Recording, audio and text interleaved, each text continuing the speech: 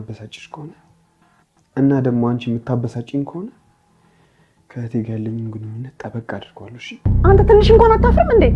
የእናቴ ልጅ እኮ ናት። የኔና የእሷ ግንኙነት ይሄን ያህል የሚያሳስብሽ ከሆነ ሳትወጂ በግድሽ ልጅነቴን ታምኛለሽ፣ ከዛ ለሁሉም ትናገሪያለሽ ማለት ነው። ስለዚህ ይህን ጉዳይ በደንብ ገፋበታለሁ። በይ ዳግም፣ አንተ ዳግም! ወይኔ አምላኬ፣ ምን አይነት ነገር ውስጥ ነው ግን የገባሁትኝ?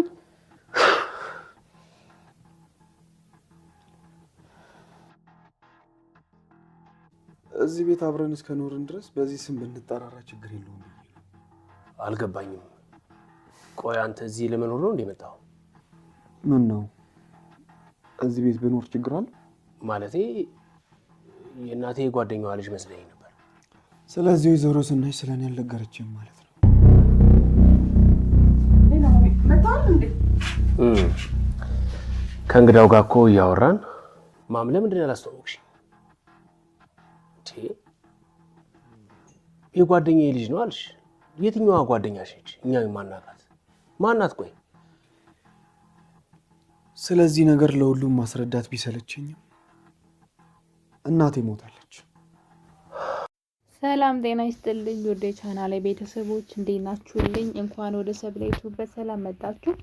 ኑሐሚን ድራማ በክፍል 24 ላይ የወይዘሮ ዝናሽ ልጅ ኑሐሚን ሳያፈቅራት አይቀርም። ይቺ ልጅ እንግዲህ ያያት ሁሉ ነው በፍቅሯ የሚንበረከከው።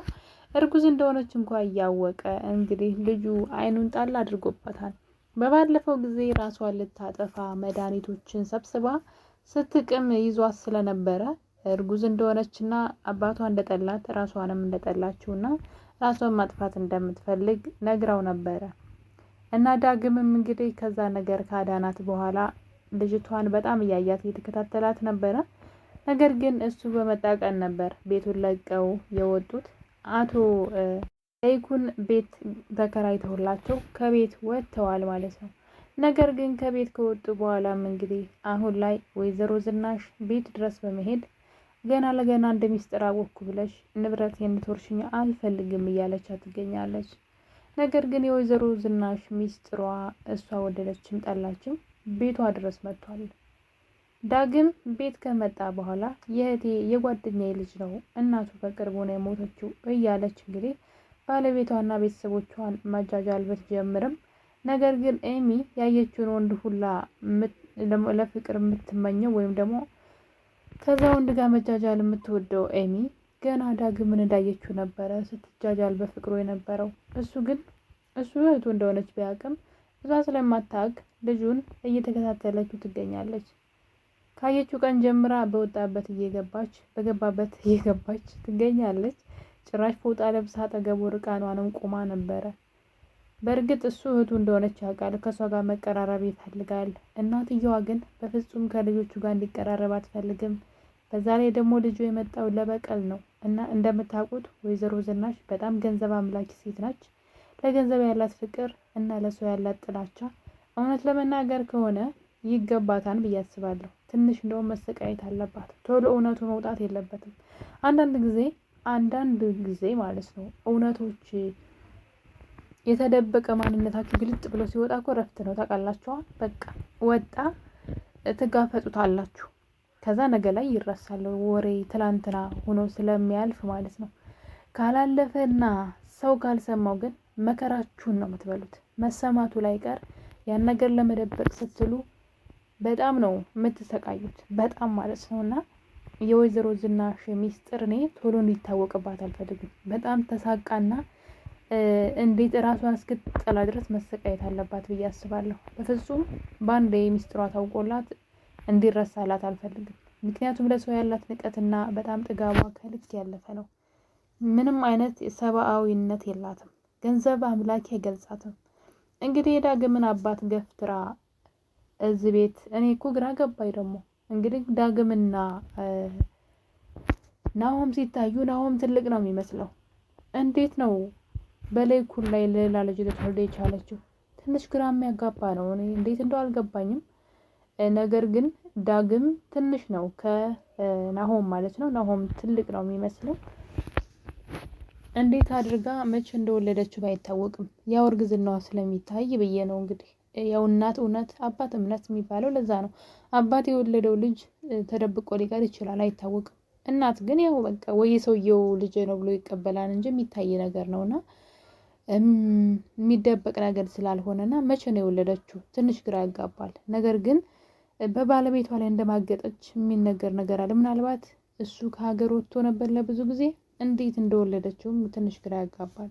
ነገር ግን ወደ አቶ ለይኩን ህይወት ስትመጣ በጣም ድሃና ምንም የሌላት፣ ለዛም ነው የዳግምን አባት ክዳው ይህን ሰው እያግብታ ልጇን ሁሉ ክዳው ነበረ። ለዛም ነው ዳግም አሁን ላይ ሊበቀላት የመጣው። እናም እንግዲህ ዳግም ሆዬ እናትየዋ ስለ ድርጅት ስታወራ ናሆምን ድርጅቱን ተቆጣጠርኩ አሁን ላይ እየሰራ ነው ብላ ስታወራ፣ ኦኬ ድርጅትም አለሽ እንዴ? እኔም እዛ ድርሻ እንዲኖረው ይፈልጋለሁ። እንደዚህ ቤት እዚህ ቤት ያሉ ልጆች የሚደረግላቸው ነገር ሁሉ ለእኔም እንዲደረግልኝ ይፈልጋለሁ እያላት ነው እንግዲህ። እና ይቺ ሴት ይገባታል አትሉም? በተለይ ኑሐሚን ላይ ያደረገችው ግፍ በጣም አስቀያሚ ነው። በሌላ በኩል ደግሞ ኤደንና እናቷ በጣም የሰለቹን ያስጠሉን ሰዎች ናቸው። እውነት ለመናገር ከሆነ እንደዚህ አይነት ሰዎች እውነተኛው ዓለም ላይ አሉ። ልክ ስትወድቁ አንቋሸው ይጥሏችሁና ትንሽ የሚያልፍላችሁ ሲመስላቸው ወይ መተው ያን ነገር ለመቀራመት ይመጣሉ። ያለዛ ደግሞ ለእናንተ እንዳይሳካላችሁ ጉድጓድ መሰውላችሁ ይሄዳሉ። እንግዲህ ከዚህ ቀደም እንደምናውቀው ኑሐሚንና ኤርሚያስ አብረው በነበሩ ጊዜ ገነት ያደረገችውን ነገር እናውቃለን። ቢያንስ ኑሐሚን እንደዛ ስብርብር ብላ አትጎዳም ነበር። ምናልባት በሌላ መልኩ ከአምራን ጋር ሊተዋወቁ ይችሉ ነበር። ፍቅረኛዋ እንደሆነ ብቻ ሰምታ ሊጣሉ ይችሉ ነበር። ነገር ግን አብረው ተኝተው ሁላ ነው ያዋረደቻት ቤት ድረስ መታ እና ይሄ በጣም ያስጠላልና እንደዛ ህይወቷን እስከመበጥበጥ የደረሰችው ገነት ክፉ ሰው ስለሆነች ነው። እነሱ እንዲያልፍላቸው ስለማትፈልግ ነውና እናትና ልጅ እኔ በጣም ነው የሚያስገርሙኝ። እናቶ ለይኩን እንግዲህ የኑሐሚንን አባትና ኑሐሚንን ቤት ተከራይተው ከቤት ካወጧቸው በኋላ ኤደን አቶ ለይኩን ለእናቶ ተሰማ ቤት እገዛላችኋለሁ ሲል ኤደን አዳምጣ ነበር ጥግ ላይ ቆማና ይሄ ለእናቷ ተነግራታለች። እናትየዋም እንግዲህ እግሬን አውጭኝ ወደ እነ ኑሐሚን የተከራዩበት ቤት ሄድና ባሌ የት አለ የኔ ውድ ባል እያለች ትገኛለች። ገና ለገና ቤት ሊገዛለት ነው ብላ እንግዲህ ሰውየው ጋር መታለች ማለት ነው። እንደዚህ አይነት ጥቅመኛ የማይረቡ ሰዎች እኔ በጣም ይገርሙኛል። እንደው መታገስ የሚያስፈልግ አይመስለኝም። ደጋግመው ነው የጎዷቸው። አይታችሁ ከሆነ አቶ ተሰማ ታሞ እያለ አባትሽ ግማቱ እንትኑ ላያቸው ላይ የቤቱን ዕቃ ሽጠው ነው የጨረሱት። አንቋሸዋቸው። እንግዲህ ያ ሁሉ ነገር አልፎ ኑሐሚን ዋጋ ከፈለች አባቷ። አባትየው ግን የሆነ ጊዜ ኑሐሚን ጥፋት አጠፋች። እኔ እንዳንቺ አይነት ልጅ አልወለድኩም፣ አንቺን ስወልድ ማፈሪያ ማለት እንዴት ነው? እሳቸው እንደዛ ሆነው በዛ ሰውነታቸው እያገላበጠች አባቷን አስታማ ኤደንና እናትየዋ ተጸይፈው የጣሉትን ሰውዬ እሷ ግን ከሞቀ ቤቷ ከአያቷ ቤት አመቶ ያ ሁሉ ፈተና ባላባቷ ስታይ አንድ ቀን ፊቷ ሳይጥ ያልጠቆረ ልጅ ጥፋት ስታጠፋ እንዴት እንደተጸየፋት ማለት ነውና ኑሐሚን ማለት በቃ ኑሐሚንን ማትረባ ልጅ እንደሆነች አድርጎ ነበር ሰውየው ሲናገር የነበረው። ምናልባት እምነት ጥለንባቸው አንዳንድ ሰዎች እምነታቸውን ሲያጎሉ በዛ ልንናገር እንችላለን። ግን የእሱ ግን ያስጠላ ነበር። ጭራሽ ባለጌዋን ኤደንን እንኳን እያስተካከለ ኤደን ራሱ እንደሱ አላዋረደችኝም አለ እና በጣም ነው እዚህ ፓርት ላይ ያናደደኝ። በጣም ውለታ ቢስ ነው ማለት ዋጋ ክፍላለች። ልጅ ራሱ ሊተው የሚችለውን ነገር ነው። እሷ ግን አንድ ቀን ሳያሳድጋት ገና ከመምጣቷ ነበረ ሁሉ ነገር የተበላሸውና ዋጋ የከፈለች ልጅ ለሱ ብላ እንደዚህ ከኤርሚያስ ጋር ራሱ የተገናኘችው በሱ ምክንያት ነው። እና ግን መጥፎ ቃል ሲናገራት በጣም ነበር የገረመኝ። በሌላ በኩል ደግሞ ኤርሚያስ አሁንም ኑሐሚንን እየተዋት አይደለም። ኑሐሚን በምትሄድበት ሁሉ እየተከተላት ይገኛል።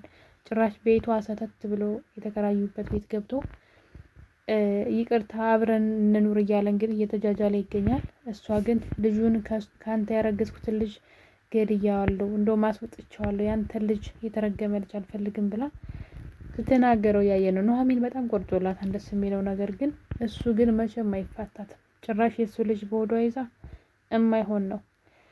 ግን በጣም እንትኑ የተበላሸው ድራማው ኑሐሚን ከኤርሚያስ ስታረግዝ ነው። በጣም ነው የሚያስጠላው። ማለት ይገባው ነበር ወይ? እና ደግሞ መልሰው እንደዚህ አብረው የሚሆኑ ከሆነ ሲጀመርስ ለምን ተለያዩ? ትንሽ ግራ ያጋባል። አምራን ደግሞ ለበቀል ብላ አሁንም ከናሆም ጋር ሆናለች። ናሆም ግን ታፈቅረኛለች በጣም ብሎ እንግዲህ ወደ ቤት አስገብቷታል። እንደነበረው እየሆነ ነው ድራማው እና ብዙም አይስብም። ኤርሚያስም እኔ እንደ ኤርሚያስ እዚህ ድራማ ላይ የሚያስጠላኝ ሰው የለም። የወንድ ግማግም እኔ አላቅም ብቻ አይባልም፣ ግን እኔ እንደዚህ አይነት ወንድ አይጠልባቸው የሚሰራው ስራ ማለት ነው። አሁን ላይ ቢስተካከልም ግን ያው እሱም ደግሞ ኑሐሚን ትታው ስለሄደች እና ጉዱ ስለታወቀ ነው እንጂ ስራውን ትቶት አይደለም። የወሰደውን መች መለሰ? ከአምራን የወሰደውን መኪና ሁሉ መች ወሰደ? ገንዘቧን መች መለሰ? አልመልስም ማለት ይሄ ማለት እዛው ነው ያለው አሁንም። እና የኔ ተወዳጆች ኑሐሚን ድራማ ያው ብዙም ደስ የሚል ነገር የለውም፣ ግን የወይዘሮ ዝናሽን ስቃይ ማየት እፈልጋለሁ። ይገባታል ብዬ አስባለሁ። ኑሐሚን ላይ ያደረገችው ግፍ የት ያደርሳት ይሆን? በቀጣይ ክፍል በክፍል 25 የምናይ ይሆናል። እስከዛው ድረስ ግን ቸር ቆዩልኝ።